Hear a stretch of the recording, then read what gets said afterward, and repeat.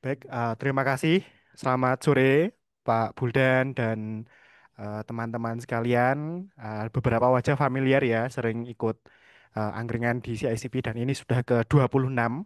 Jadi lumayan rapat dan ada beberapa bulan yang memang lumayan longgar begitu untuk kegiatan-kegiatan angkringan. Dan pada angkringan kali ini kita akan membahas narasi anti komunis dalam media sosial X atau dulu ketika pengambilan data dilakukan atau penelitian dilakukan adalah Twitter. Dia pemateri sudah ada di sini, Pak Buldan, Pak Haidar Buldan Tontowi. Kami di CICP akrab memanggil Pak Buldan dengan Pak Buldan begitu, beberapa memanggil Mas. Tapi saya belum tatak mengambil Mas, memanggil Mas, nggak tahu ya kenapa gitu ya. Bu Ditya juga begitu meminta manggil Mbak, saya nggak bisa. Nah, Pak Buldan lulus di Fakultas Psikologi UGM pada tahun 2010, kemudian 2013 menyelesaikan masternya di New York University, dan 2020 doktoralnya selesai di St. Andrew University. Dan kalau tidak salah tugas akhir atau disertasinya juga membahas tentang komunisme begitu atau eh, sentimen juga ya Pak ya terhadap komunisme Pak ya kalau tidak salah ya Pak ya.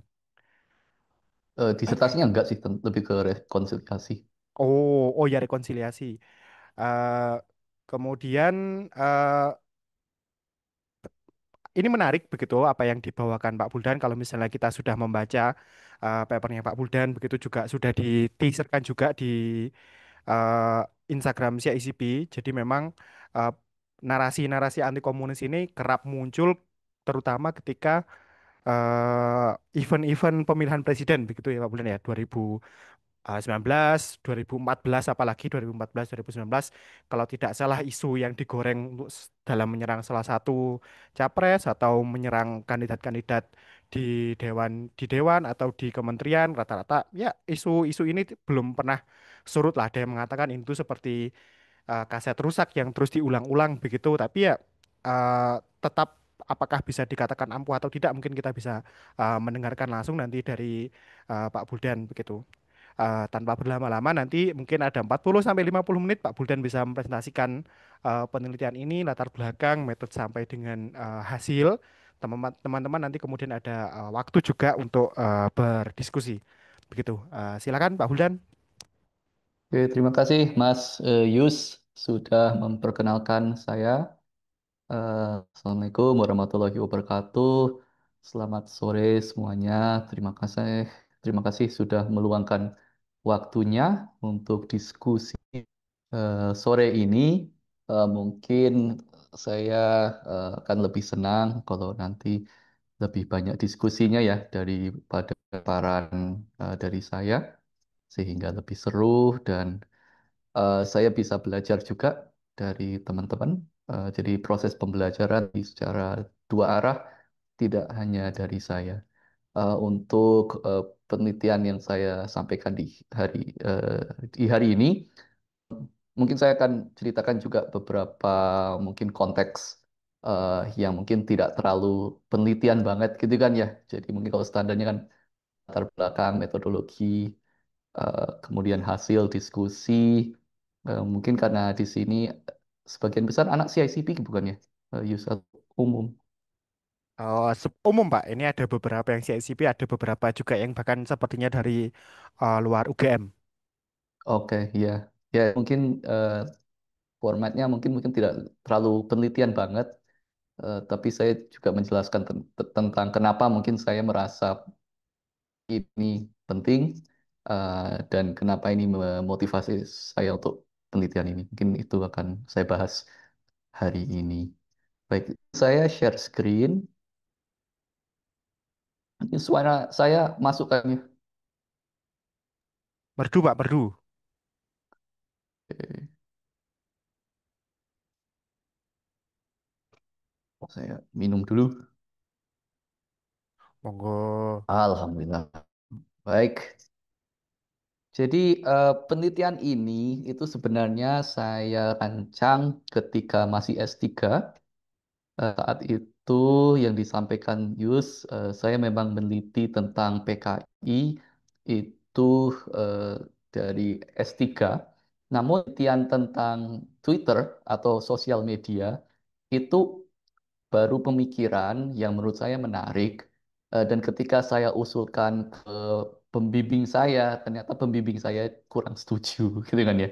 Jadi saya sudah dapat datanya dan saya mencoba melakukan analisis sana. Supervisor saya tidak menyampaikan ini jelek atau ini kayaknya nggak sesuai dengan tesis, tapi saya bilang apa ini dihilangkan saja ya? Dia bilang iya, kayaknya sebaiknya dihilangkan saja. Jadi mungkin itu cara supervisor untuk menyampaikan dia tidak suka dengan ide ini. Nah, tapi mungkin karena penolakan tersebut, kadang-kadang kita jadi lebih termotivasi ya untuk membuktikan sesuatu. Jadi karena penolakan itu, saya jadi lebih motivasi untuk melakukan analisis sosial media terkait dengan topik 65. Dan saya menyadari juga, jadi ketika kita melakukan riset, kadang-kadang ini menjadi menarik bagi kita sendiri dan belum tentu itu menarik bagi orang lain.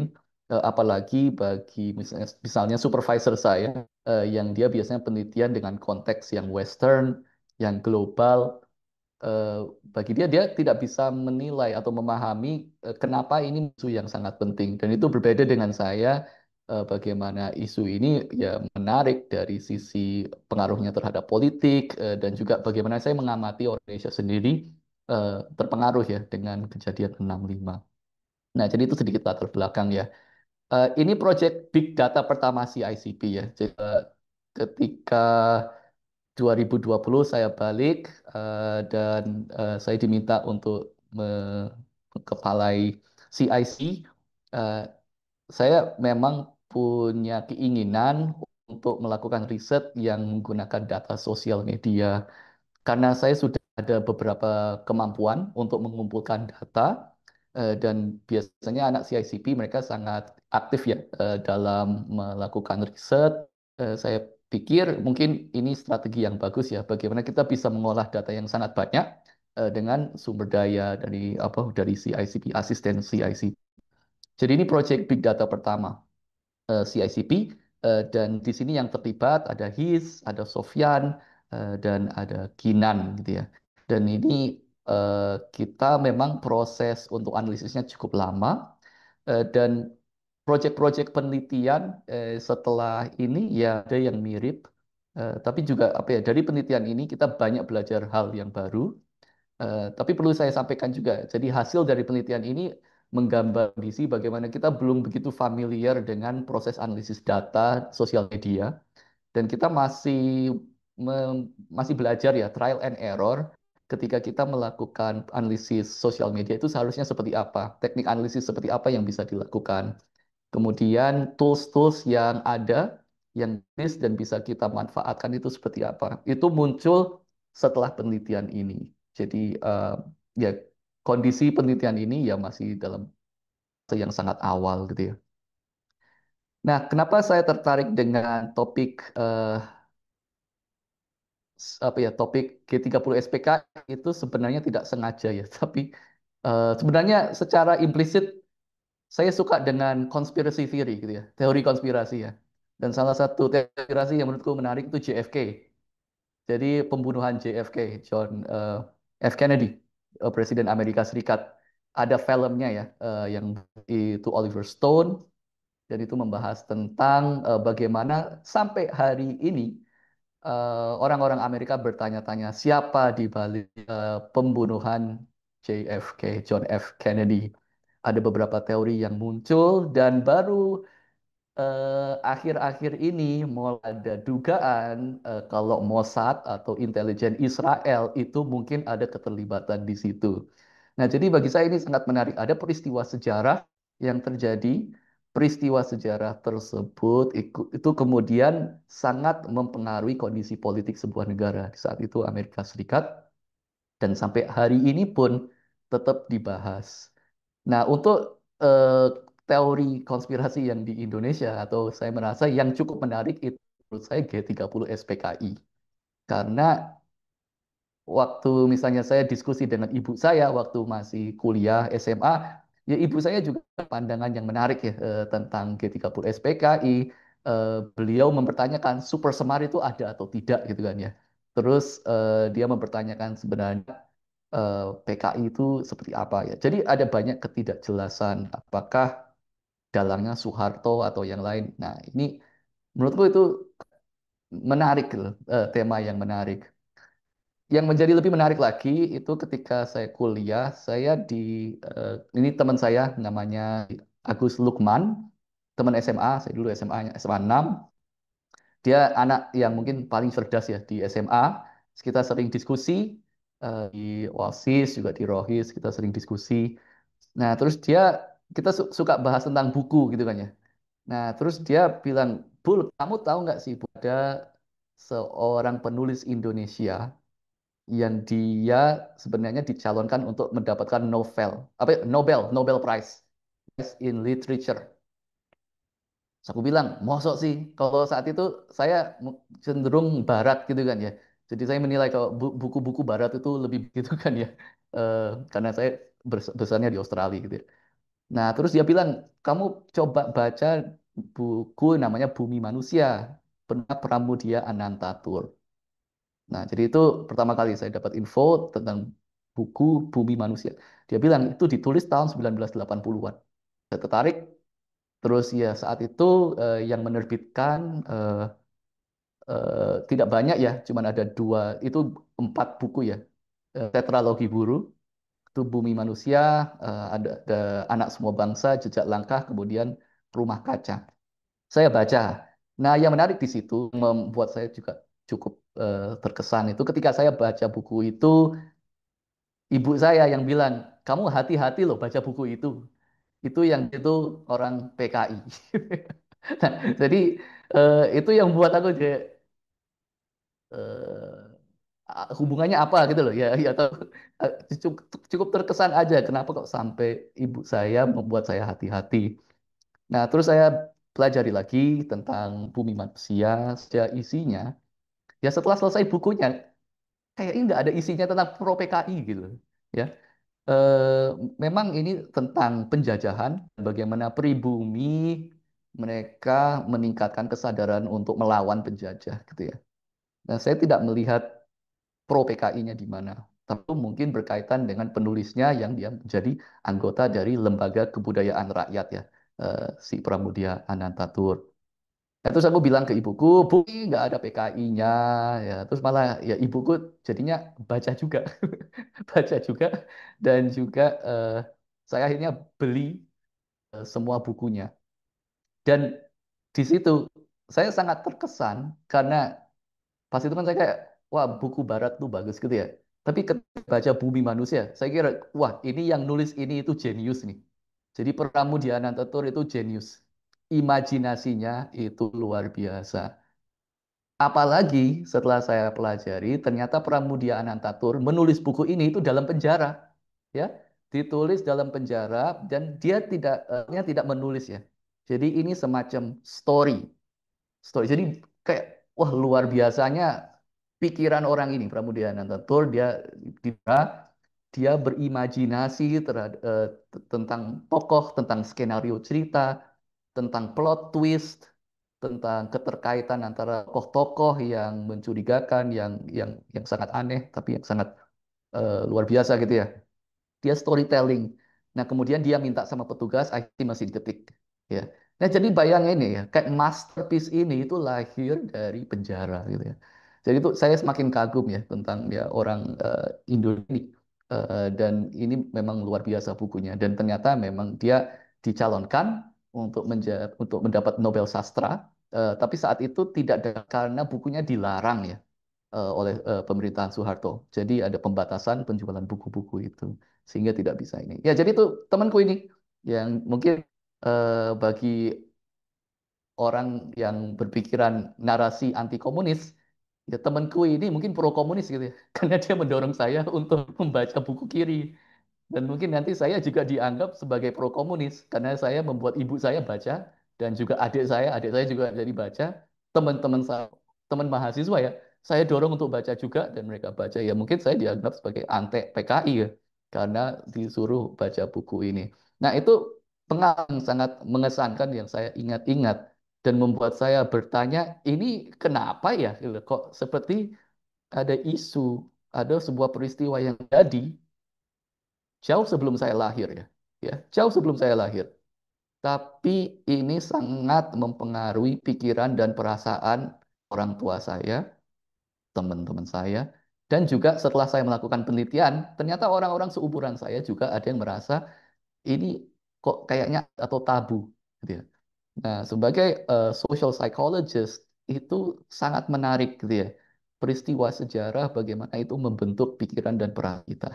Ya, jadi itu sedikit latar belakangnya. Dan memang ya karena saya senang dengan teori konspirasi dan G30 SPK ya itu kayak membuat akhirnya mengamati ya ternyata peristiwa ini dampaknya sangat besar terhadap Indonesia. Maka saya termotivasi lah untuk mempelajari ini S3 dan untuk proyek yang apa yang big data di CICP saya ingin meneliti ini lagi ya setelah proyek penelitian yang lain selesai yang cukup banyak gitu ya. Mohon maaf Mbak Ditya belum bisa selesai.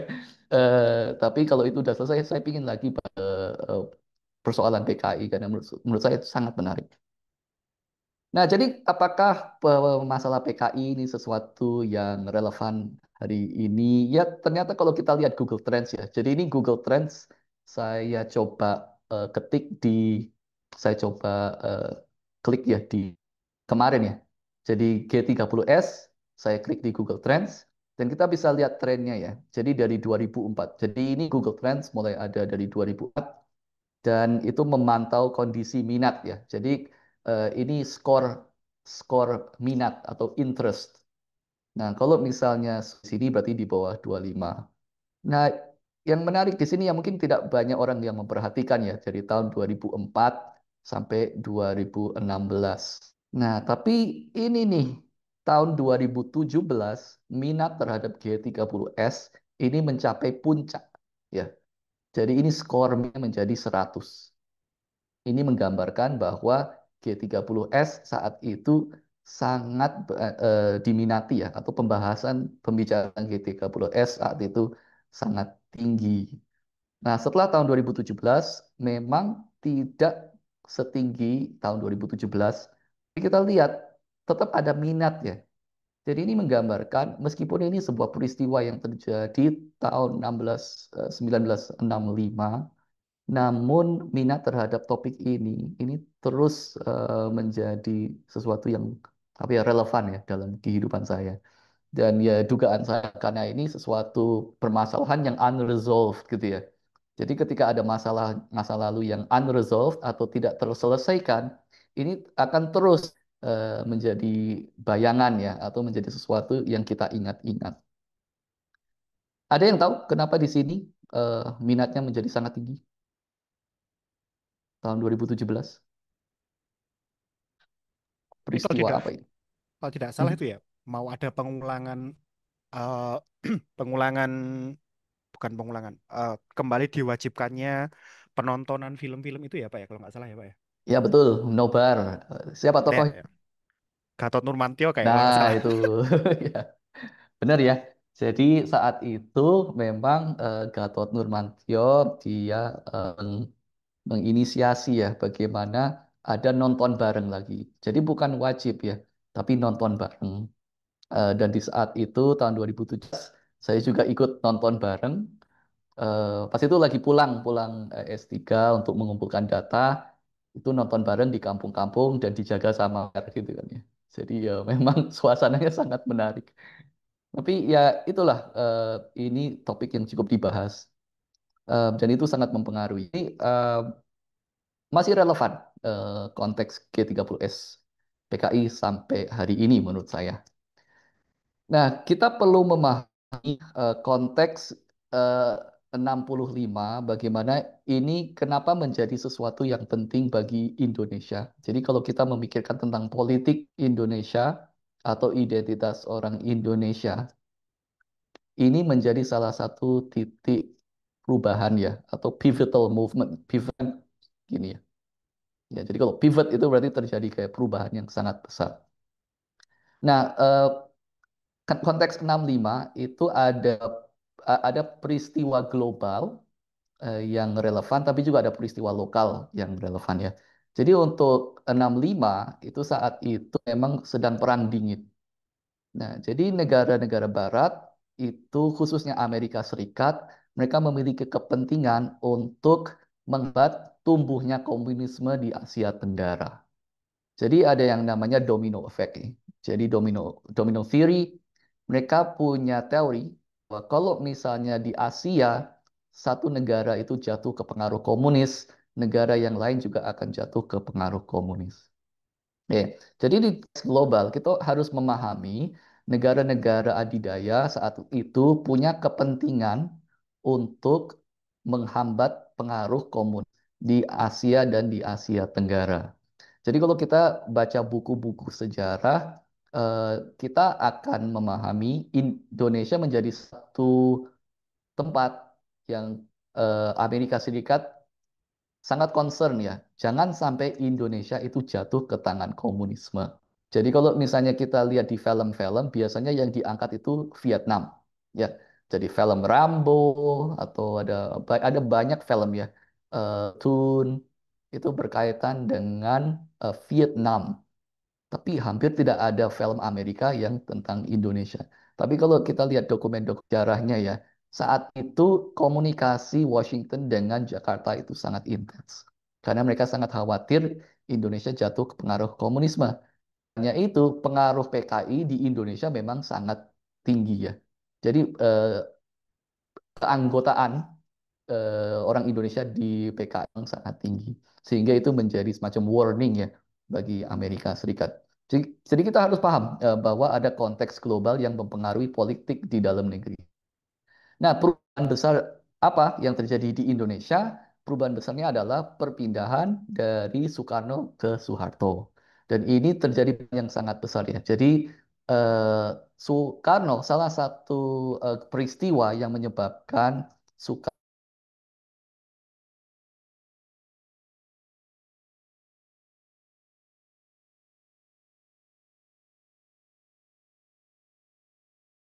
salahnya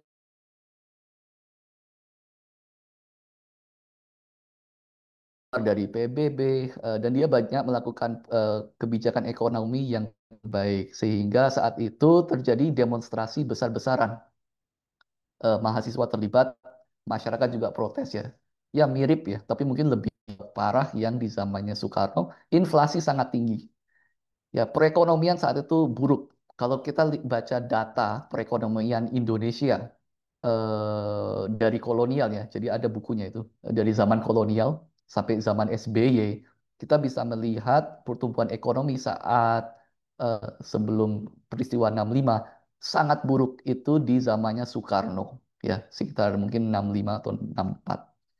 Nah, jadi ada masalah itu. Nah, kemudian terjadi G30 SPKI gitu ya. Jadi Soekarno tidak disukai sama orang-orang Indonesia dan juga tidak disukai karena dia pro PKI. Jadi dia banyak mendukung PKI karena saat itu PKI sangat mendukung kebijakan-kebijakan Soekarno, termasuk Malaysia, konfrontasi Malaysia. Nah, karena banyak orang yang tidak suka dengan Soekarno itu karena ekonomi buruk, dia terlalu mendukung PKI, kemudian dijatuhkan. G30 SPKI itu salah satu peristiwa yang memungkinkan dia jatuh karena dia itu memberi kekuasaan yang lebih ke Soeharto. Nah, jadi Soeharto itu dia menjadi pimpinan untuk apa ya, mengcounter ya gerakan PKI, tapi kemudian eh, karena kondisinya darurat, akhirnya dia menjadi presiden ya. Ada peralihan kekuasaan. Sebenarnya secara agak licik ya sama Soeharto. Itu tahun 1967 presiden menjadi Soeharto. Sejak Soeharto menjadi presiden, perubahan yang sangat besar terjadi. Ini mulai terjadinya pengaruh militer yang sangat besar dari tahun 1967 sampai 98. Ya, jadi kalau misalnya kita ingin memahami politik Indonesia, kenapa kok penguasa itu banyak unsur militernya, dan misalnya kenapa Prabowo itu banyak itu unsur militernya, ya itu salah satu legacy Soeharto gitu kan ya. Dan salah satu titik perubahannya ada 67. Bagaimana sebenarnya nggak cuma Soeharto ya, tapi di kalangan militer. termasuk si Nasution ya, Abdul Nasution, dia memandang bahwa untuk menjaga keutuhan negara Indonesia, kita tidak mengandalkan partai-partai yang mereka berantem terus gara-gara kepentingan masing-masing. Kita membutuhkan militer yang bisa menjadi satu kekuatan yang mempersatukan masyarakat. Dan dia di salah satu bukunya ya ada tiga, bukan bukunya Nasution, eh, apa bukunya Nasution, saya lupa ya. Dia punya eh, pemikiran bahwa militer itu tidak cukup menjaga keamanan doang, tapi harus terlibat dalam sipil. Itu salah satu pemikiran dari Abdul Nasution. Jadi memang orang militer tapi juga luar biasa apa ya? Intelektualitasnya luar biasa si Abdul Nasution. Nah, jadi itu mulai legacy warisan militer di politik Indonesia. Nah, itu konteks politik 65. Jadi bagaimana dampak dari politik 65 itu tetap ada sekarang. Di satu sisi, 6 itu lahirnya Fakultas Psikologi ya. Jadi kalau bagi yang belum tahu, eh, mungkin yang teman-teman ingat tuh 8 8 ini ya, 8 Januari ya. 8 Januari ada ulang tahun psikologi dan kita makan-makan ya. Nah, itu mungkin yang diingat makan-makannya ya. Tapi kalau teman tahu ya, ternyata psikologi itu ya secara resmi itu berdiri tahun 8 Januari 1965. Salah satu pendiri Fakultas Psikologi dan salah satu doktor pertama yang dibimbing oleh salah satu psikologi. Kalau tahu pendiri psikologi diakui dalam buku kita itu Kurt Danziger, ya. Dia adalah psikologis dari ada, Kurt Danziger, dan dia juga menjelaskan tentang budaya gitu. Dokter Busono Wiwoho itu adalah muridnya. Jadi dia menulis doktor di bawah Kurt Danziger dan dia adalah salah satu pendiri Fakultas Psikologi UGM. 65 ada kaitannya dengan politik, ya.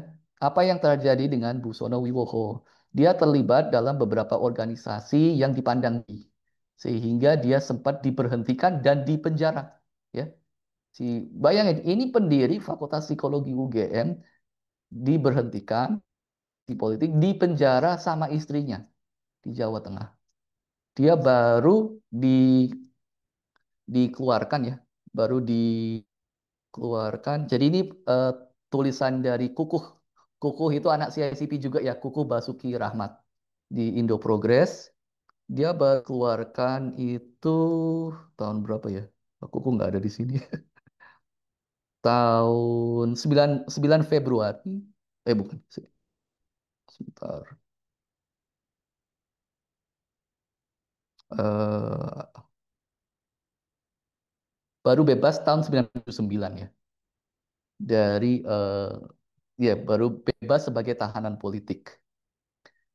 Nah, 8 Januari 2015 ya, itu Fakultas Psikologi mengundang Heriani Busono, istrinya, untuk menerima plakat penghargaan bagi suaminya. Jadi nama Sono Wiwoho dipulihkan. Nah, ini salah satu contoh rekonsiliasi.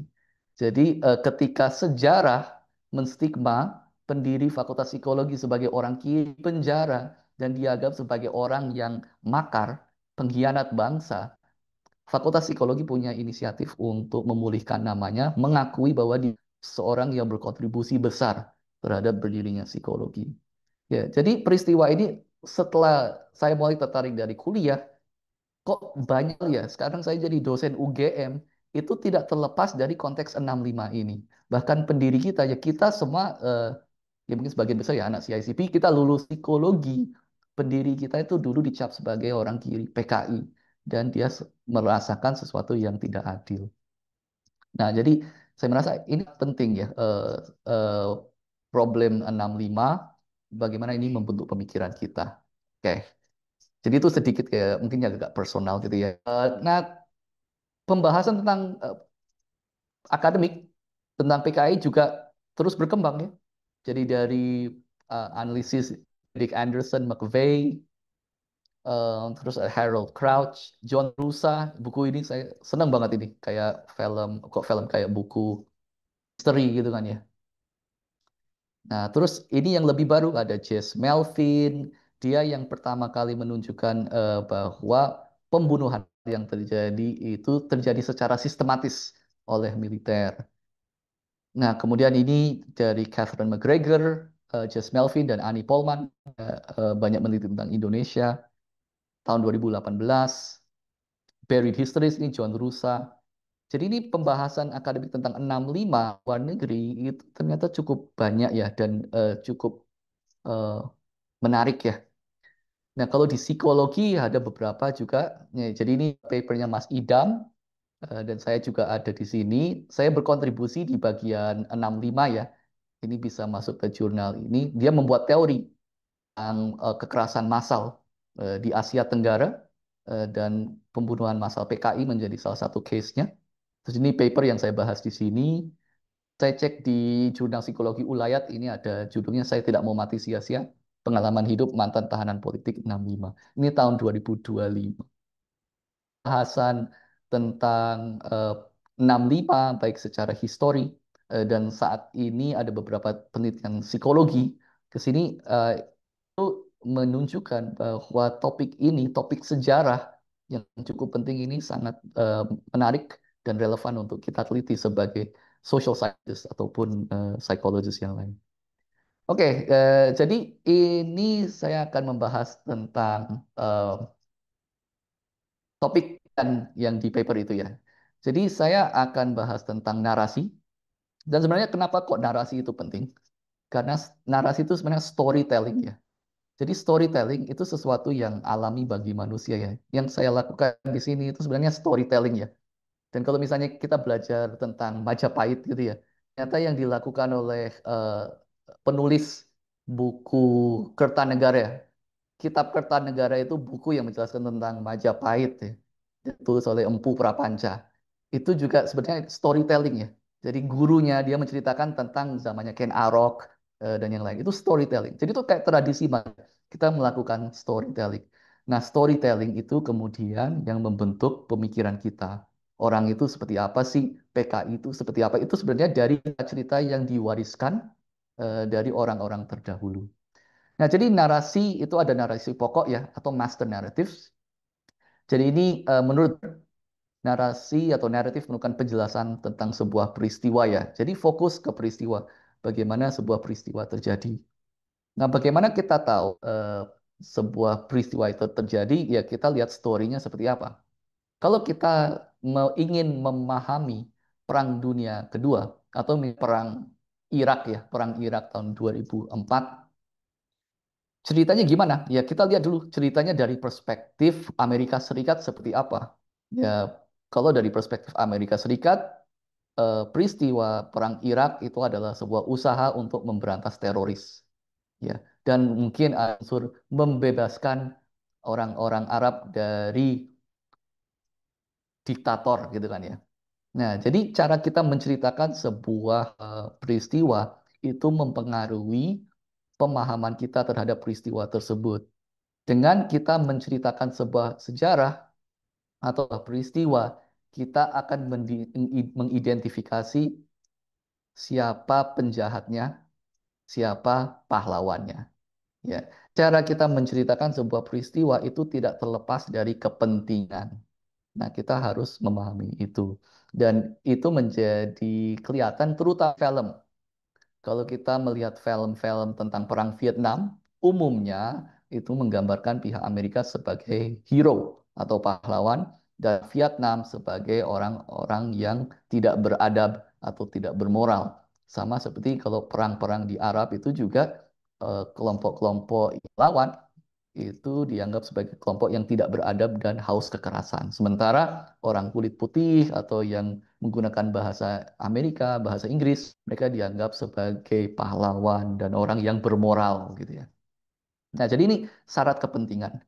Nah, Hamak dan Pilecki mereka memegang bahwa eh, kita berinteraksi dengan cerita-cerita yang ada ya. Jadi Hamak dan Pilecki menganggap bahwa sebenarnya naratif itu tidak hanya berkaitan dengan peristiwa, tapi sebenarnya itu naratif itu berkaitan dengan identitas ya. Jadi di sini dia memberikan definisi yang cukup lengkap. Ini adalah sensible organization of thought through language. Jadi ini sebenarnya sebuah konsep atau pengetahuan tentang apapun yang itu disampaikan melalui bahasa. Ya. Jadi ada storytellingnya ya. Jadi kita bisa memiliki pemikiran terhadap orang, terhadap peristiwa, itu karena ada proses storytelling. Storytellingnya bisa secara oral, tapi juga bisa melalui membaca buku-buku atau bisa dengan menonton film-film. Itu kan semua proses storytelling ya. Terlepas media itu orang sendiri atau melalui film atau buku atau melalui pendidikan ya. Melalui pendidikan buku sejarah kita juga ada proses storytelling. Nah, proses ini, pembentukan pikiran ini menciptakan personal coherence, collective solidarity, and legitimate collective beliefs, emotions, actions. Ya. Jadi ketika kita menjadi subjek dari sebuah cerita, kita akan mengidentifikasi kita posisinya sebagai apa. Contohnya apa? Ketika kita belajar tentang sejarah Indonesia, ini tidak terlepas dari deklarasi kemerdekaan. Ya. Ini tidak terlepas dari ada peristiwa penjajahan. Penjajahan dari Belanda. Itu membuat kita mempersepsikan ya orang Indonesia adalah the good guys, orang Belanda adalah the bad guys gitu kan ya. Nah, dan itu menjadi sesuatu yang membanggakan. Jadi story dari orang Indonesia banggakan bagaimana selama ratusan tahun kita apa ya bertahan dalam sistem yang rasis. Akhirnya kita berjuang dan akhirnya kita berjuang dan diakui oleh dunia sebagai negara yang mandiri dan bisa berdiri. Nah, itu penting untuk identitas nasional kita. Ya, jadi ketika di sekolah, ya ada kepentingan juga bagaimana membangun rasa bangga terhadap nasionalitas apa identitas nasional kita. Nah, jadi itu juga menggambarkan bagaimana cerita atau story tentang penjajahan, tentang bagaimana Indonesia merdeka, itu menjadi sangat penting untuk identitas nasional kita. Dan ini juga berkaitan dengan collective solidarity. Jadi kita karena memiliki cerita yang sama ya, kita sama-sama memahami bahwa Indonesia itu bisa merdeka karena perjuangan, peperangan yang berlangsung lama dan ketidakmauan kita untuk menyerah. Ya, kita bangga ya. Jadi saya orang Indonesia mungkin Yus juga merasa sama gitu loh. Makanya Yus nggak kabur aja dulu, tapi tetap di CICP ya. Terus mungkin yang lain juga merasa seperti itu. Eh, itu yang membuat kita solid gitu ya. Kita bangga dengan negara kita. Eh, dan emotions ya. Jadi kalau misalnya teman-teman pernah keluar negeri ya, keluar negeri nggak makan nasi Padang gitu kan ya, atau nasi Padang itu kayaknya statusnya use ya di WhatsApp. Masih nggak sih? Eh, Masih, Pak, masih. masih ya, atau nggak ada Indomie atau ya di luar negeri. Terus kita ikut pertemuan Indonesia dan di situ ada paduan suara dan mereka menyanyikan lagu nasional. Itu kadang-kadang membuat kita merasa sangat senang gitu kan ya. Nah, itu contoh ya, itu mempengaruhi emosi kita gitu ya. Ada kayak rasa kangen terhadap Indonesia, Indominya dan orang-orangnya yang ramah gitu kan ya. Nah, itu menggambarkan ya, ini semuanya bisa terjadi karena atau naratif tentang Indonesia, terbangunnya Indonesia seperti apa. Ya, jadi itu ya ternyata story dan yang saya lakukan di sini juga story ya, storytelling terhadap penelitian saya. Dan saya kira manusia memang we're storytellers ya. Pada akhirnya kita akan bercerita apa yang kita alami ke anak-anak kita. Karena kita ingin anak kita itu ya memiliki nilai-nilai tertentu, bisa mengidentifikasi apa yang salah, apa yang tidak salah. Itu melalui proses storytelling. Dan itu kita lakukan sebagai guru, sebagai orang tua, sebagai kakak, ya, sebagai sebagai yang lain. Nah, master narrative ini bisa diidentifikasi ya dari cerita hidup seseorang, life story, struktur dari cerita. Jadi sequence dari story. Story ini mulai dari masa kelam dan ada masa enlightenment, kemudian ada masa kemerdekaan. Nah, itu contoh sequence of the stories atau kayak rentetan kejadian. Tapi juga bisa berkaitan dengan khusus. Nah, di sini yang perlu kita pahami adalah ada master narrative. Jadi master narrative itu cerita yang umumnya diterima dalam masyarakat. Jadi kalau misalnya untuk peristiwa G30 SPKI ada narasi resmi lah. Nah, narasi resmi ini disampaikan oleh pemerintah ada buku sejarah yang mendukung narasi resmi. Isinya apa? Kalau misalnya untuk G30 SPKI, narasi resminya adalah PKI adalah mereka pengkhianat bangsa dan kemudian harus digulingkan gitu kan ya. Nah, itu master narrative-nya. Nah, cerita itu ya itu disampaikan melalui berbagai channel ya, melalui beberapa media, melalui sekolah, buku sejarah, melalui film, melalui tokoh-tokoh politik, melalui ya banyak media ya. Bagaimana story itu bisa meluas ke masyarakat. Nah, menurut Shedd dan McLeod ini orang-orang tidak hanya menerima master narrative, eh, tapi mereka bisa challenge ya, berinteraksi dengan master narrative ini. Ini personal narrative. Jadi bagaimana orang ini memahami masyarakat, memahami kejadian-kejadian dirinya, memahami dirinya sebagai orang Indonesia. Tentunya dia berinteraksi dengan master narrative.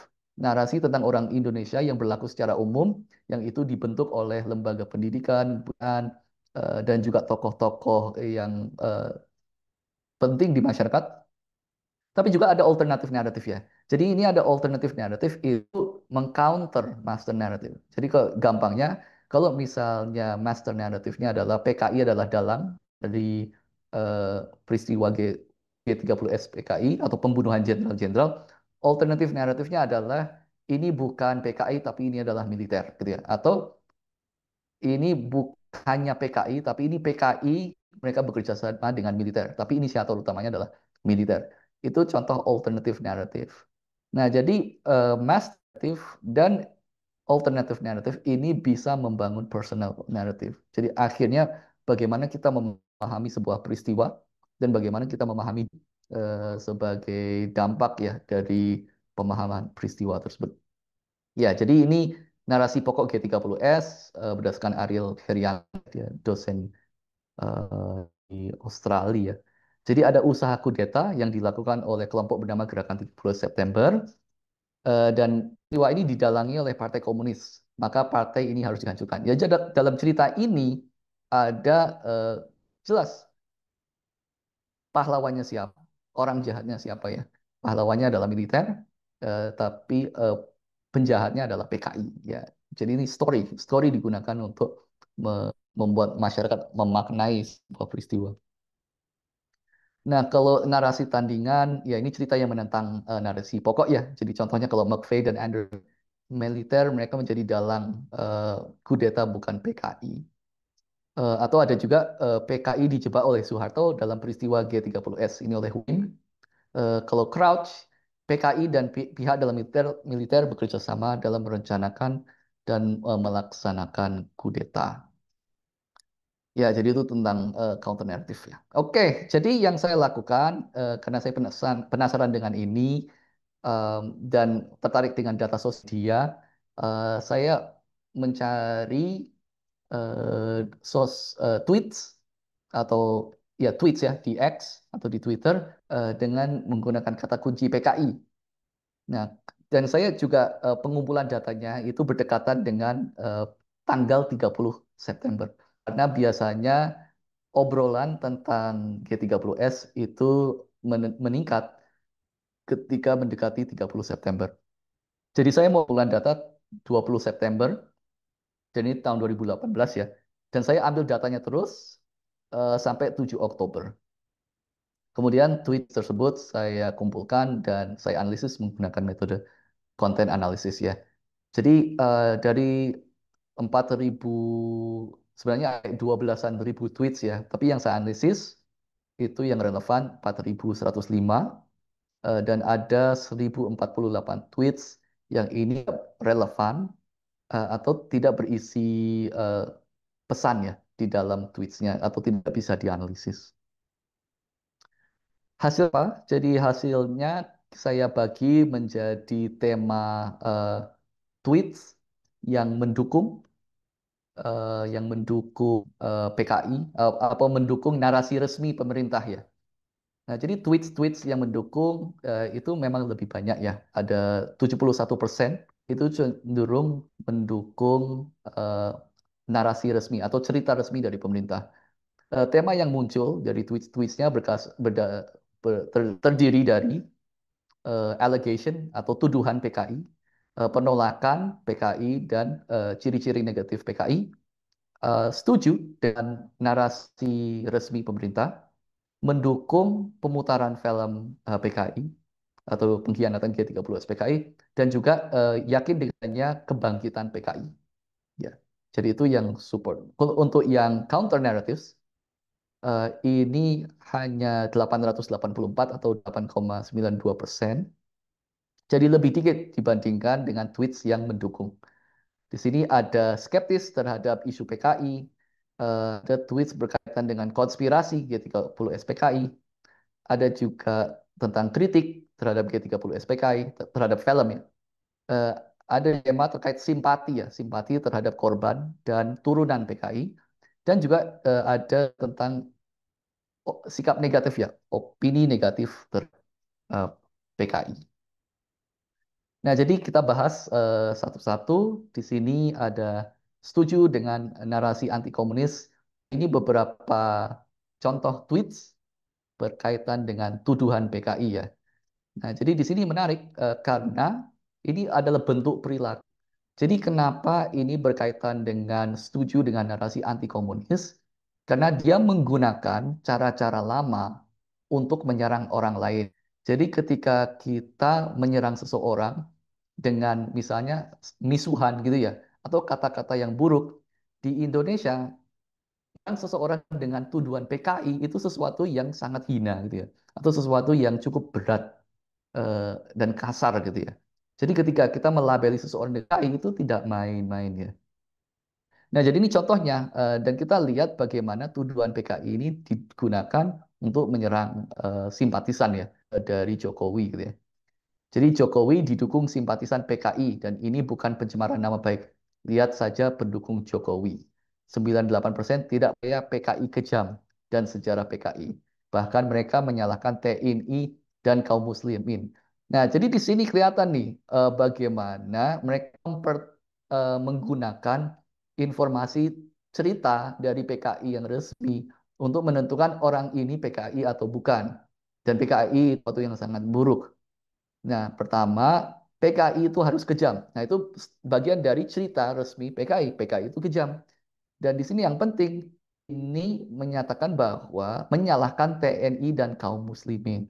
Karena dari cerita resmi tentang PKI, TNI itu adalah pahlawan, bukan pelaku, gitu kan ya. Bukan pelaku atau mereka tidak terlibat dalam kasus G30 SPKI.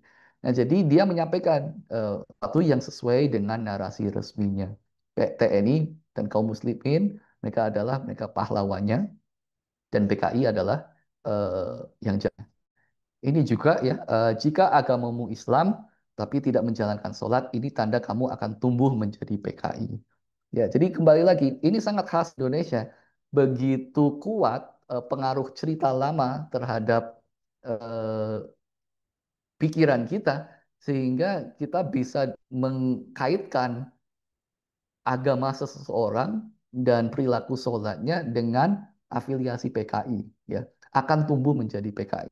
Nah, jadi itu kembali lagi ini sangat menarik ya dari lensa orang Indonesia yang melihat ya ternyata sekuat itu ya kejadian 65 mempengaruhi sampai eh, orang di sosial media bisa nge-tweet seperti ini.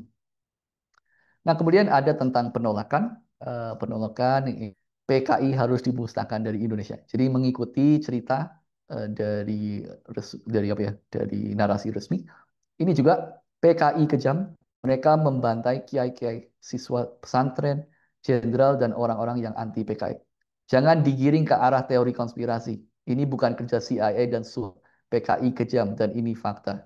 Kembali lagi, ini memperkuat penggambaran PKI sebagai sesuatu yang jahat dan juga menolak kalau ini digiring ke arah teori konspirasi. Jadi begitu ya, cerita yang lama itu tidak mudah untuk kita kayak kritisi gitu ya. Akan ada orang-orang yang mereka akan berpegang teguh pada cerita ini dan itu tidak terlepas dari identity mereka. Jadi sesuai dengan yang dipahami Hamak dan Pileki, ada alasan kenapa kita mempertahankan sebuah versi dari cerita karena ini berkaitan dengan identitas kita gitu ya. Jadi kalau tentang PKI, ya kalau misalnya kamu dari keluarga mungkin tentara, ya kamu juga memiliki kepentingan secara psikologis untuk melindungi identitasmu sebagai tentara. Nah, di saat itu memang peran tentara adalah sebagai pahlawan yang memberantas PKI.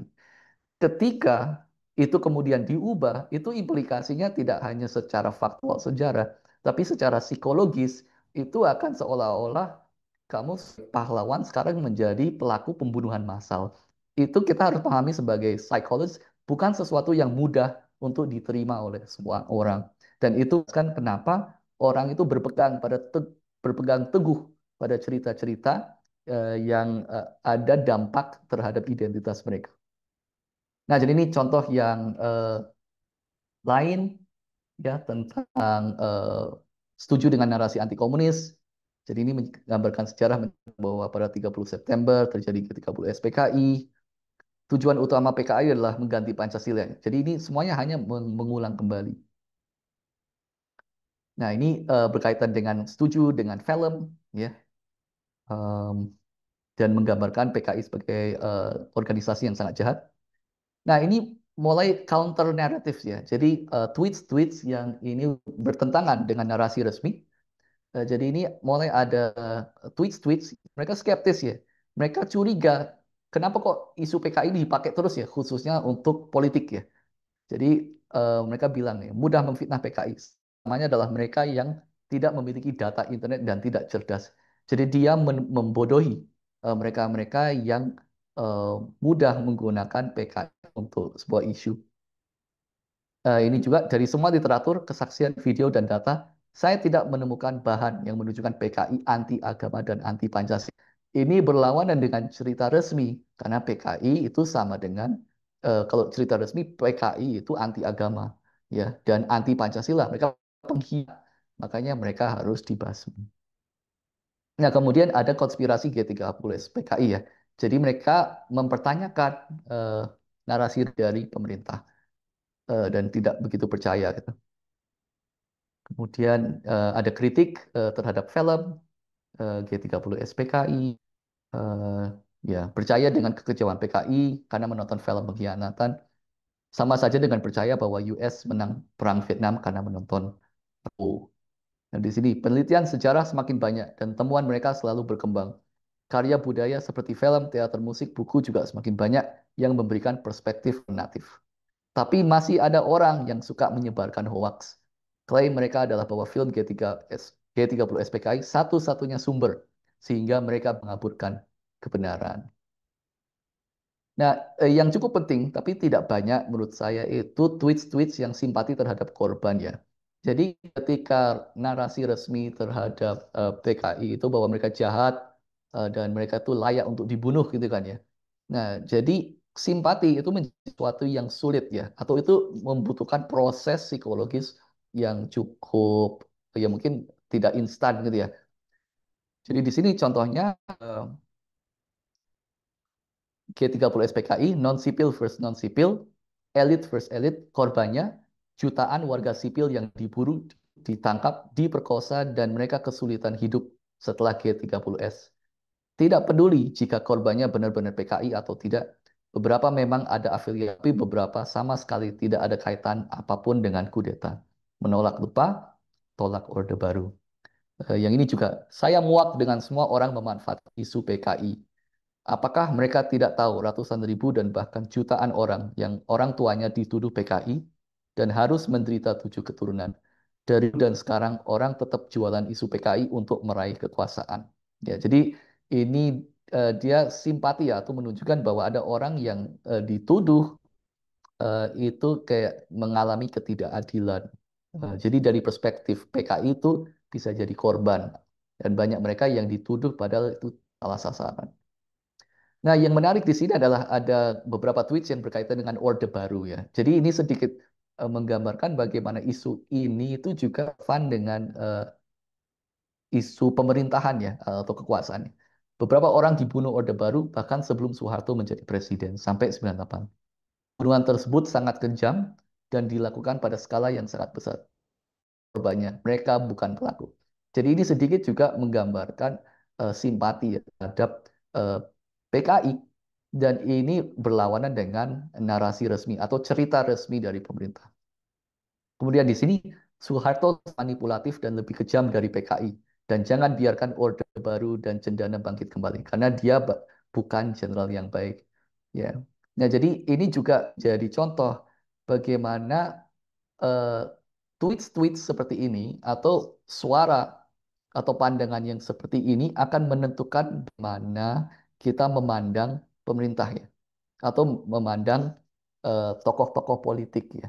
Jadi kalau misalnya kita menganggap bahwa PI adalah korban, ya artinya pelakunya bukan PKI. Yang jahat bukan PKI, tapi yang jahat adalah Soehartonya. Kalau misalnya yang jahat Soeharto, berarti pemerintahan Orde Baru selama ini jahat dong. Nah, jadi itu kira-kira ya bagaimana sebuah cerita ketika diubah itu juga harus menyesuaikan keyakinan-keyakinan kita terhadap kelompok, terhadap pemerintahan, terhadap diri kita juga. Oke, jadi lesson apa? Analisis single tweet kurang memperhatikan konteks ya. Jadi perlu saya ingatkan bahwa penelitian ini dilakukan itu trial and error, dan ini adalah penelitian big data pertama yang kita lakukan. Kita melakukan analisis isi, tapi ketika kita mendapatkan tweet ini, kita tidak tahu ini tweetnya itu reply dari tweet yang lain atau reply dari misalnya Gatot Nurmantio gitu. Jadi Gatot Nurmantio dia nge-tweet nobar gitu ya atau apalah. Nah, terus ini balasannya itu akan memberikan konteks yang lebih jelas ya kenapa orang memberi respon seperti ini. Kita tahu ya kita jadi paham, oh ternyata tweet ini muncul sebagai respon pembelaan atau respon terhadap sebuah keyakinan. Kemudian kita bisa juga, menganalisis siapa yang nge-tweet ya. Jadi untuk tweet-tweet ini kita tidak menganalisis siapa yang nge-tweet ya. Kita juga tidak menganalisis apakah ini kayak buzzer atau bukan ya, buzzer bayaran ya atau bukan. Itu tidak kita analisis juga. Nah, kemudian pemaknaan terhadap tweet perlu disesuaikan dengan kerangka teori psikologi yang tepat.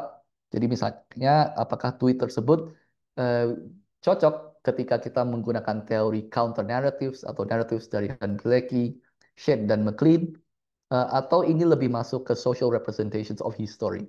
Ya, itu menjadi salah satu kritik ketika paper ini saya submit ke jurnal Journal of Political Journal of Social and Political Psychology ya. Mereka menolak ini karena mereka merasa ini jelas naratif itu apakah bisa ditangkap atau bisa ditunjukkan dengan tweets ya. Apakah ini benar-benar narrative, personal narrative atau master narrative atau ini sebenarnya social representation. Nah, jadi itu dua hal yang berkaitan tapi memiliki apa ya kayak landasan landasan filosofis yang cukup berbeda. Ya, jadi saya kira dari saya sudah cukup. Mungkin masih ada siswa 30 menit ya untuk tanya jawab. Jadi monggo kalau ada yang ingin ditanyakan. Terima kasih. Terima kasih Pak Buldan. Wah, sangat dalam. Saya tidak menyangka bahwa riset itu berawal dari bacaan ketika SMA ya tadi ya, membaca Pramudia ketika SMA. Wah, itu berarti Pak Buldan SMA tahun berapa? 2005, 2006 2002. mungkin? Oh, Ya, 2002. 2002. Berarti eh, tetralogi Pulau Burunya itu yang masih edisi pembebasan kalau tidak salah ya. Oh iya, kalau kalau tetralogi Buru itu kuliah, pas kuliah. Dan Hmm, pas itu yang diterbitkan itu Bumi Manusia sama Anak Semua Bangsa. Nah, buku 3 dan 4 itu waktu hmm, mungkin 2 tahun baru diterbitkan. Jadi aku nyari pinjaman, hmm. nyari pinjaman ke mahasiswa lain. Iya Pak. Dan buku itu konon katanya sudah cetak ulang oleh KPG Hmm. sekarang. Kalau dulu dengan oleh Hasta Mitra, kemudian Lentera Dipantara, keluarganya Pramudia, dan sekarang oleh KPG. Saya nggak tahu itu kong kali kongnya gimana kok oleh KPG sekarang. Eh, Tadi menarik Pak Buldan mengatakan sejarah itu membentuk perilaku ya. Jadi apa yang bahkan sejarah dan narasi sejarahnya begitu ya. Tadi juga Pak Buldan menyebut Jess Melvin yang The Army and the Indonesian Genocide, buku yang sangat bagus. Saya membaca buku itu tuh ketika di pengantar.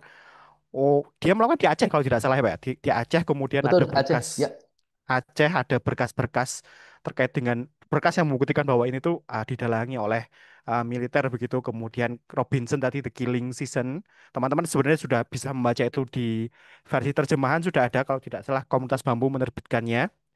Dan mungkin tadi juga Pak Buldan mention ada Pak Busono Wiwoho yang menjadi yang dosen yang kemudian dinonaktifkan begitu ya. Sebetulnya kalau Ya, misalnya kita ditangkap. baca ditangkap ya, sebenarnya kalau kita baca lebih banyak lagi ya lebih banyak juga yang ditangkap dan Betul, dihilangkan begitu ya Pak. Kayak misalnya betul. Ibnu Santoro kalau tidak salah dari Fakultas Ekonomi dulu, dia Hmm. juga dijemput kemudian Maret 1966 itu kemudian di eksekusi begitu. Nah, saya membaca itu di bukunya John Rosa Pak. Mungkin Pak Ya. Bulan yang paling baru The Buried History, Riwayat Terkubur itu baru 2020 bukunya John Rosa Hmm. yang paling baru. Ah udah, ini kok saya malah ngoceh. Teman-teman ada yang mau bertanya silahkan. Tadi sudah ada beberapa yang kelihatan wajahnya. Monggo. Oh ya ini Mas, monggo Mas, langsung disampaikan saja. Baik, terima kasih Mas atas kesempatannya. Nah, waktu ini saya pernah baca sebuah novel judulnya Amba dari Laksmi Pamunca yang ini juga membahas G30 SPKI di UGM, Pak. Waktu itu kalau tidak salah ada di dalam novel itu meskipun bersifat fiksi tapi ada beberapa fakta bahwa di Universitas Des Republika tuh menjelang G30 SPKI kan ada penembakan massal gitu kan. Nah, jadi apakah dengan banyaknya korban-korban dari G30 SPK ini trauma turun ke generasi selanjutnya atau gimana ya Pak? Soalnya ini juga masih isu yang sangat amat ditakuti untuk dibicarakan di saat ini. Terima kasih. Oke, Baik, terima kasih Mas monggo Pak Putu ya. Buldan. Luar biasa Ya. nih, mahasiswa S1 kayaknya semester pertama ya. Bener. Mantap. Ya, jadi kalau untuk trauma ini tergantung sejauh mana kamu terdampak langsung oleh ini ya ketidakadilan ya yang kan. Jadi kalau misalnya kamu keturunan langsung dari misalnya orang-orang yang dan tidak hanya dari PKI ya, tapi juga dari misalnya jenderal-jenderal yang dibunuh oleh kelompok gerakan 30 September itu traumanya akan lebih kerasa ya. Eh, dan keturunannya. Jadi kalau misalnya dari pihak PKI, kenapa itu lebih berat? Karena mereka kesempatan untuk hidup sejahtera menjadi lebih berat ya. Jadi ketika di KTP-mu saat itu ada label, saya lupa labelnya apa, tapi itu di KTP-mu itu mengasih kamu ada afiliasi dengan PKI. Itu kamu tidak bisa bisanya menjadi PNS atau beberapa pekerjaan itu yang kamu tidak diterima khususnya bagi mereka yang itu kan berarti secara keturunan ya. Jadi secara keturunan mungkin kamu akan distigma ya. Eh, Misalnya kamu bukan tidak ada kaitannya langsung dengan peristiwa G30 SPKI, tapi kakekmu itu mungkin lekra atau gitu ya. Nah, mungkin di situ tetanggamu menstigma kamu dengan itu anak PKI gitu ya. Atau oh dia itu eh, ini kiri gitu. Nah, khususnya bagi mereka yang lebih dekat gitu ya itu traumanya lebih besar gitu apalagi ada beberapa mungkin seniman kayak si Pramudia Anantatur kan karya-karyanya itu bakar juga gitu nah dan ya saudaranya ya eh, ya ketika mereka ya ada perbudakan juga gitu ya oh ini ya di KTP ada tulisan ET ya ET nah itu kan stigma ya dan itu di kartu di dokumen nasional ya. Nah, ekstapol. Nah, jadi kalau misalnya orang tuamu itu di KTP-nya ada ekstapol, kamu anaknya sekolah, terus teman-temanmu pada buahmu, itu orang tuanya ekstapol. Nah, di situ traumanya akan lebih besar. Gitu. Dan juga berlaku bagi mereka yang mungkin dari pihak kayak, keluarga Nasution atau keluarga dari Ahmad Yani, itu ya dari militer, mereka juga mungkin trauma juga karena ada eh, mereka atau orang tua mereka yang terbunuh saat gerakan 30S. Jadi sejauh mana dampak tersebut itu eh, apa ya berdampak langsung, saya kira itu lebih traumatis gitu ya. Nah, tapi kalau misalnya untuk kita, saya kira tidak banyak yang terpengaruh ya. Kecuali mungkin ada orang tuamu yang memang pernah merasakan diskriminasi langsung karena afiliasi PKI. Meskipun itu hanya tuduhan ya, karena banyak yang itu tertuduh PKI padahal itu tidak. Dan itu banyak di, diangkat oleh kelompok-kelompok NU ya, menariknya di kelompok NU itu mereka menjadi salah satu kelompok yang aktif dalam pemberantasan PKI saat itu, pemuda Ansor. Tapi di sisi yang lain, kelompok NU melalui syarikat, terutama setelah Gus Dur, sangat aktif dalam rekonsiliasi. Ya, jadi mereka menyatakan bahwa memberikan bantuan bagi korban-korban yang tapol, dan mereka juga berusaha meluruskan ya bahwa orang PKI juga punya hak seperti orang Indonesia lainnya. Ya, jadi di Indonesia ada beberapa contoh yang bagus ya kayak syarikat. Syarikat itu kelompok NU, ada beberapa wali kota Palu dia sudah minta maaf ya atas kejadian masa lalu. Meskipun di Indonesia belum ada resmi permintaan maaf ya untuk 65. Jadi mungkin gitu ya, kurang tahu ya jawab atau enggak. Baik, Oke, terima kasih Pak Buldan. hmm. Sangat lengkap. Mantap. Eh, dan saya rasa tidak masalah ya membaca buku fiksi, fiksi sejarah, karena kita tahu sebetulnya banyak jurnalis yang berjuang mungkin bahasanya tadi mengcounter narasi-narasi utama sejarah dulu itu lewat sastra begitu. Karena kalau nggak Yes. salah Seno itu kan bilang ketika jurnalisme dibungkam, sastra harus berbicara. Dan tadi ngomong soal NU juga, saya malah mencari buku ini belum ketemu. Banjar berjihad menumpas PKI ya. Saya belum belum ketemu buku itu. Hmm. Nah ini McGregor, McGregor, Karen McGregor, Catherine McGregor. Dia nulis hmm, tentang syarikat dan NU. oh baik-baik. Ini pertanyaan Mbak Lulu agak panjang tapi kita dulukan Mas Noer dulu yang akan. Mungkin nanti Mbak Lulu bisa membenahkan mikrofonnya dulu biar bisa ngomong. Senior Biar dulu ini. senior dulu. Enggak sih, lebih biar ngomong dulu. Saya biar bisa membacakan. Agak panjang ini soalnya. Silakan Mas Noer. Jangan senior dulu, itu namanya gerontokrasi itu ya. Apa meneh? Ya, em, tapi tidak dalam tidak tidak bermaksud untuk mendahului Mbak Lulu itu. Tapi ini juga kesempatan yang diberikan oleh moderator gitu kan. Nah, yang punya ruangan ini kan moderator. Eh, Mengapresiasi sekali kerja intelektual Mas Buldan ini. Eh, Tentu aku mengikuti kasak kusuk bagaimana artikel ini tuh dikandung tidak secepat 9 bulan gitu. Dan kemudian dia bisa terbit, bisa kita baca bersama. Eh, Setelah membaca itu, membaca paper Mas Buldan, dan kemudian mendengar cerita langsung hari ini, kupikir penelitian itu atau penelitian Mas Buldan ini adalah upaya orang-orang psikologi khususnya atau kerja intelektual pada umumnya untuk keluar dari zona nyaman. Karena selama ini semua yang disebut Mas Buldan dan Yusrifan tentang referensi tragedi 65 boleh dibilang semuanya itu adalah penulis asing gitu. Hmm. Penulis Amerika, penulis Eropa, jurnalistik Barat dan seterusnya yang secara stereotip pun kita tidak pernah bisa jujur dengan orang Barat bahwa mereka tidak punya kepentingan gitu. Dan ketika Mas Buldan melakukan ini, tentu juga ada konsekuensi eh, lanjutan, kupikir, apakah ada rencana untuk tindak lanjut gitu. Eh, Hmm. setelah setelah analisis sentimen, kalau boleh dibilang gitu ya, sentimen terkait dengan narasi di media sosial itu, isih arep ono apa meneh gitu.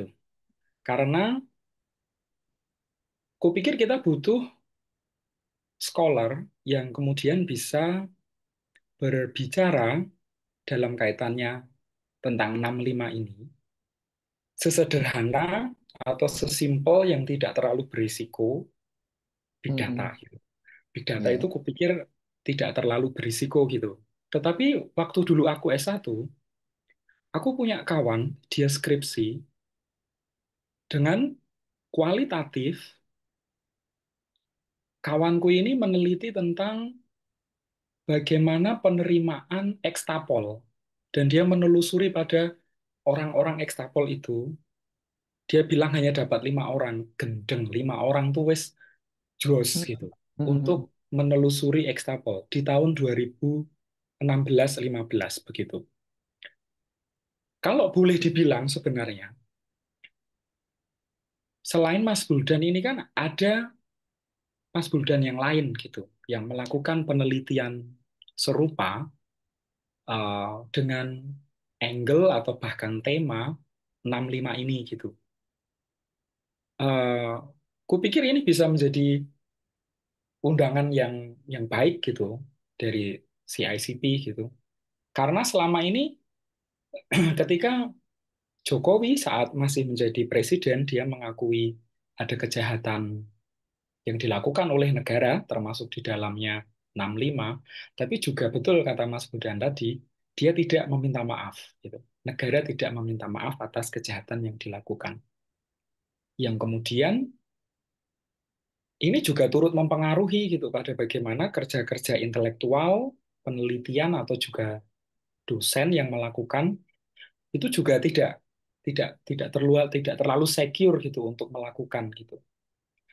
Nah, nah aku ngeladrah iki pisan. Kenapa, kenapa? Lanjut, lanjut.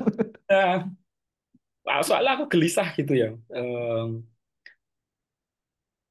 Paper Mas Huldan ini tuh adalah bacaan yang sangat ringan untuk memahami sebuah tragedi berdarah gitu loh. Novel yang tadi sudah Mas Putu ceritakan pengalamannya membaca Amba itu menurutku itu lebih berat gitu ketimbang membaca paper Mas Budan ini yang menurutku lebih ringan, lebih renyah gitu untuk bisa uh, memahami sedikit tentang situasi itu. Yang menjadi resah itu kan bagaimana politik kita itu kan seolah-olah dibangun karena kita bertransaksi dengan Nyi Blorong gitu ya, yang kemudian selalu meminta tumbal di setiap rezim. Eh, oleh karena itu gitu, jadi aku membayangkan gitu ya, tumbal dengan perjanjian dengan Nyi Blorong itu, lalu setiap tumbal ataupun darah yang sudah dipersembahkan kepada Nyi Blorong itu menjadi tidak Hmm. patut lagi untuk dipertanyakan apalagi digugat gitu. Nah, balik lagi, CICP itu sebenarnya bisa loh menginisiasi, bukan CICP yang harus melakukan gitu. Tapi CICP mewadahi riset-riset yang kecil-kecil itu untuk kemudian bisa menjadi wadah gitu. Agar kita tidak terlalu bersandar pada scholar asing gitu, scholar barat dalam melihat kita gitu. Karena kenyataannya kita selama ini selalu menggunakan artikulasi barat untuk memahami diri kita gitu ya. Termasuk untuk membaca pengalaman berdarah 65 misalnya melalui artikulasi barat, melalui perspektif barat, melalui temuan-temuan barat. Memang nggak dipungkiri bahwa Mas Wildan juga ada kekhawatiran. Aku pernah mendengar kasak kusuk itu, eh, bagaimana editor mempertimbangkan keselamatan dalam tanda kutip para penulis ketika berbicara tentang 65 sebagai orang Indonesia gitu. Ya bisa jadi kita amit-amit gitu kemudian menjadi Pak Busono jilid berikutnya gitu. Hmm. Tapi setidaknya Oh, aku tuh mantap Mas. benar-benar mengapresiasi ini karena pada akhirnya Pak Busono dan kawan-kawan saat itu mereka itu tidak mati konyol gitu. Hmm. Mereka itu tidak hilang dengan sia-sia gitu. Dan setidaknya pertemuan ini, angkringan ini itu menjadi apa ya, jegang yang begitu serius gitu, duduk-duduk di angkringan yang begitu serius untuk kemudian bisa ngalap berkah atau mengenangkan setiap korban. Matur nuwun, Mas Buldan. Oke, Hmm, sami-sami mantap Mas Noel. Noer. Oh, sama-sama. Apa ya? Saya sangat apresiasi dan dia membuat saya jadi kayak lebih motivasi lagi untuk ya udah lama nggak sih nggak baca lagi tapi ya mungkin dari momen ini bisa kembali lagi ini. Tapi mungkin sedikit menanggapi ya Nowhere. Jadi eh, kalau misalnya untuk konsiliasi, saya ada kayak mungkin refleksi ketika sebelum S3 dan sekarang udah menjadi dosen ya, karena banyak baca literatur. Jadi memang untuk rekonsiliasi bukan sesuatu yang mudah dan mungkin kita harus menerima posisi kita itu akademisi itu terbatas juga ya. Jadi yang kita tulis itu daya persuasinya itu memang tidak besar gitu ya untuk masyarakat secara luas. Tapi yang mungkin perlu saya eh, yang insight yang saya dapatkan adalah eh, sebuah gerakan itu adalah the result atau akumulasi dari gerakan-gerakan yang terpisah gitu ya.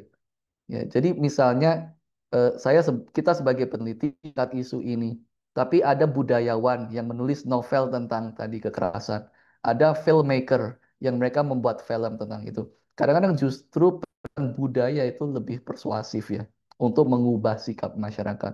Dan kalau kita lihat intinya kan storytelling ya. Nah, jadi bagaimana storytelling yang disampaikan dengan lebih baik ke masyarakat? Ya, kalau kita belajar dari G30 SPKI ini, story yang melalui sekolah, melalui film, itu yang secara kuat dan melalui intimidasi juga ya, itu yang membuat kita itu bisa memiliki sikap tertentu terhadap PKI dan tidak mudah untuk menggantinya. Ya, berarti memang pendekatan budaya itu sangat penting ya. Kalau untuk akademik memang terbatas ya. Mungkin kalau untuk misalnya untuk kayak ada tribunal ya, Undang 65 di Den Haag atau untuk urusan hukum. Nah, di situ peneliti bisa main. Jadi gerakan grassroots itu memang sangat penting ya dan secara apa ya? Jadi kadang-kadang aku mikir ya kita memang harus bekerja sama gitu ya atau eh, kekuatannya itu kolektif ya. Bukan satu dua orang yang menghasilkan sesuatu yang tahu-tahu terjadi gitu. Dan rekonsiliasi memang sesuatu panjang prosesnya. Kadang-kadang prosesnya itu dihambat, terus malah balik lagi ke kekerasan. Itu bisa jadi. Jadi ya itu insight yang saya dapatkan. Jadi memang itu sangat bergantung pada individu-individu yang punya concern gitu loh. Jadi kalau misalnya kamu ada individunya concern dan kamu punya kemampuan untuk berkarya dan itu bisa mengubah sikap ya silakan. Apakah itu bisa melalui puisi, tulisan di apa ya di conversation atau di Kompas atau kamu bisa menghasilkan film. Film itu sangat powerful ya, Senyap, kemudian Act of Killing dari Oppenheimer itu sangat powerful. Sebelumnya kita nggak ngomong itu tahun 2012 ada Act of Killing, bahas lagi gitu kan ya. Ya, jadi memang pendekatan budaya itu sangat powerful bersama dengan ya peneliti-peneliti gitu ya. Kita mengangkat, kita membahas. Dan kita menurutku yang penting kita memahami bagaimana sejarah itu dibentuk oleh politik ya. Dan kita memahami kadang-kadang politik itu bisa membuat orang itu mendukung kekerasan gitu ya. Dan itu yang saya pelajari dari 65. Orang-orang biasa bisa terjebak menjadi alat dari penguasa untuk melakukan kekerasan terhadap orang yang bersalah. Nah, itu yang harus kita sadari. Hmm. Aku mau menanggapi yang Iki waktu muda Eh, habis sih kayaknya. iki udah habis iki. Wah, dikit, hanya menanggapi aja, nggak usah ditanggapi nanti. Eh, Senior ini punya hak khusus jangan ya. gitu, jangan gitu. Em, apa sebenarnya ini tuh jadi persoalan, ini tuh masalah universitas ya. Universitas itu pada akhirnya tragedi berdarah hingga jutaan orang mati sebegitu banyaknya. Itu tidak pernah sampai hari ini menjadi diskurs intelektual. Ya, Yang kemudian yang bergerak, yang bekerja itu adalah seniman atau Mas Wildan tadi bilang itu sebagai budayawan. Ternyata sejak 65 universitas itu sudah dijinakkan oleh politik kan begitu. Hmm. Oleh sebuah rezim yang dari 65 sudah reformasi sampai hari ini. Kita ini tuh masih sibuk ngurusi Scopus dan tidak pernah berbicara tentang tragedi gitu loh.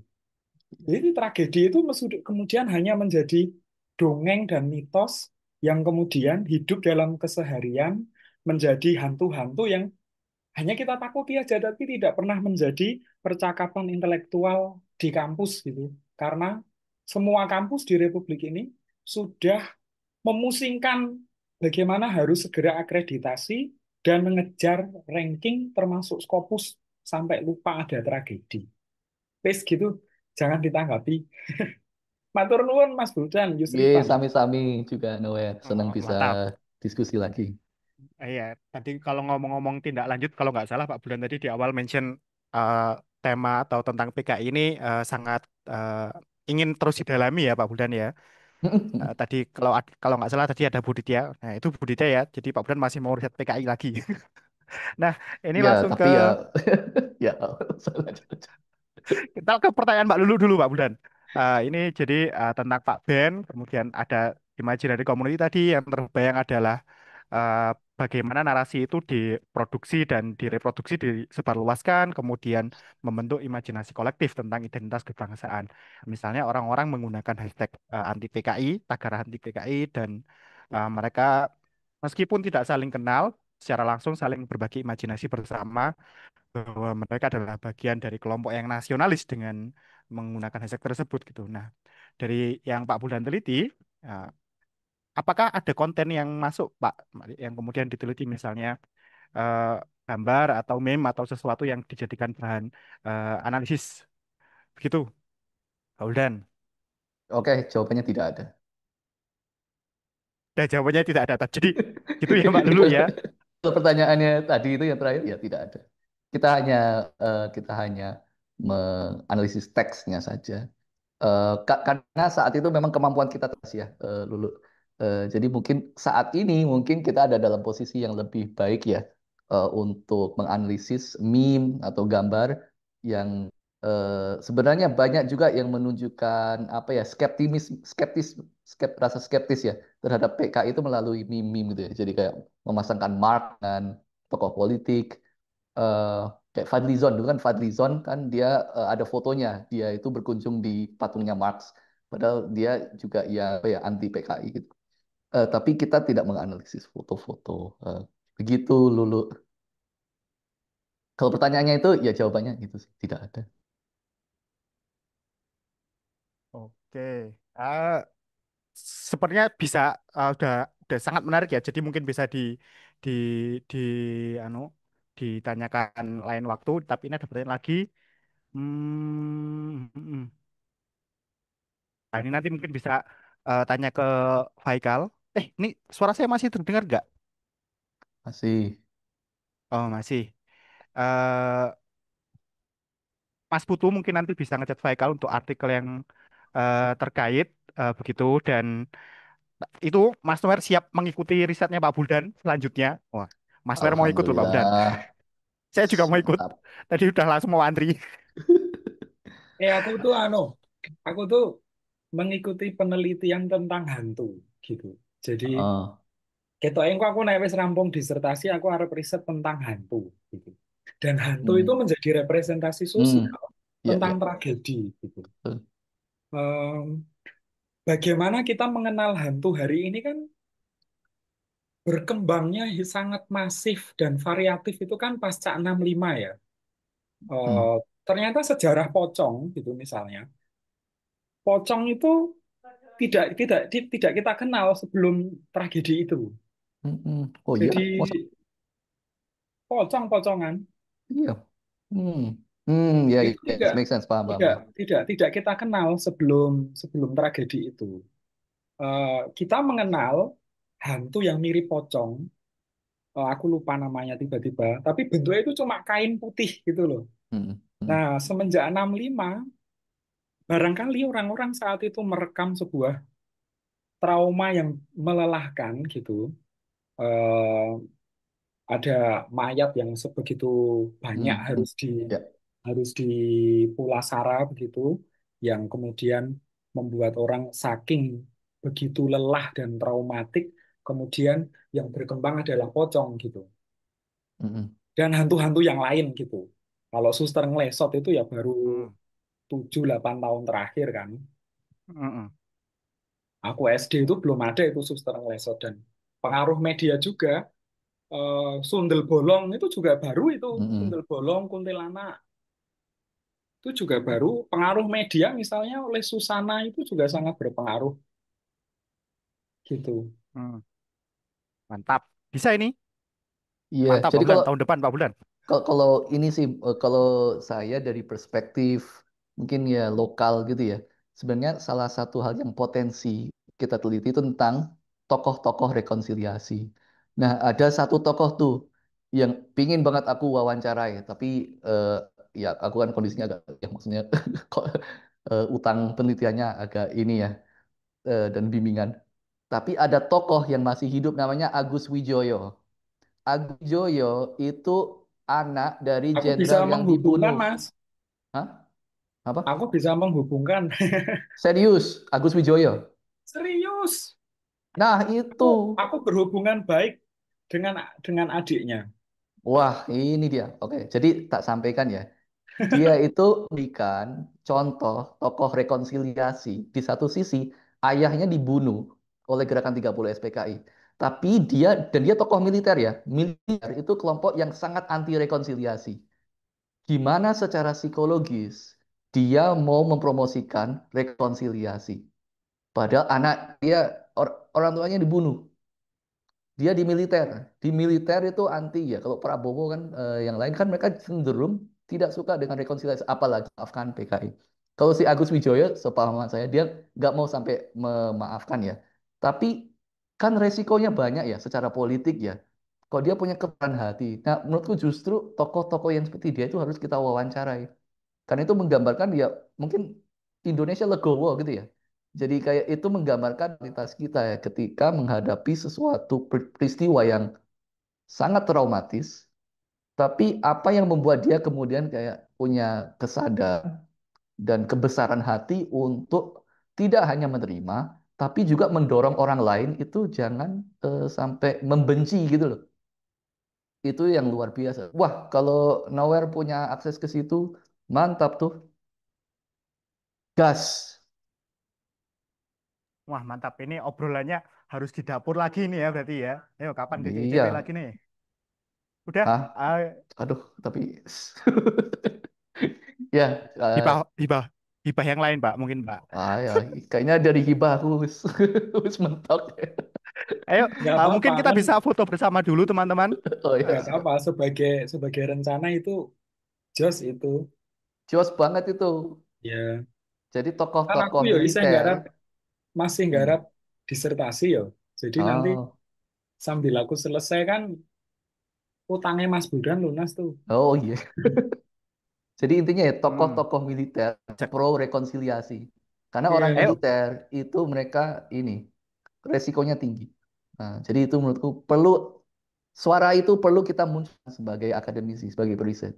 Ada loh, gitu loh. Nah, itu ya. ayo. Wah, mantap, mantap. Man- iya, Mantap. iya. Yo, Faikal.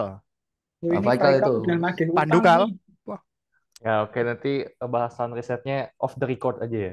Kita bereskan dulu ini. Ya mungkin teman-teman boleh buka kameranya dulu, kita foto bersama ya. Kita tunggu beberapa detik mungkin. Oke, oke, sudah masih ada.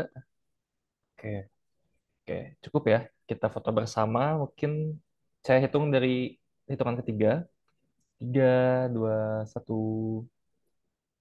Oke, sekali lagi mungkin. Tiga, dua, satu. Oke, selesai. Saya kembali lagi ke moderator. terima kasih, Mas Faikal. Ini saya jadi sebagai moderator mau menyimpulkan terlalu banyak hal yang mau disimpulkan ini. Ya, jelas kesimpulannya adalah Pak Buldan menyelesaikan hibah-hibahnya dan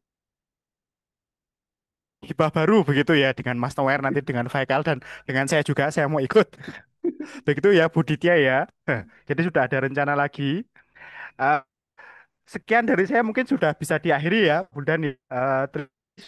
Lagi terima kasih sudah berkenan menjelaskan risetnya dan menjelaskan terutama tadi menjelaskan pijakan awal tentang tema-tema riset yang Pak Budan lakukan sekarang itu bahkan dimulai dari SMA bahkan bacaan ketika SMA dan sangat menyenangkan diskusi hari ini. Terima kasih teman-teman yang sudah datang dan terima kasih sampai jumpa di angkringan bulan depan. Terima kasih. Bye bye. Terima Oke, kasih, Mas. bye-bye. Assalamualaikum. Tuntaskan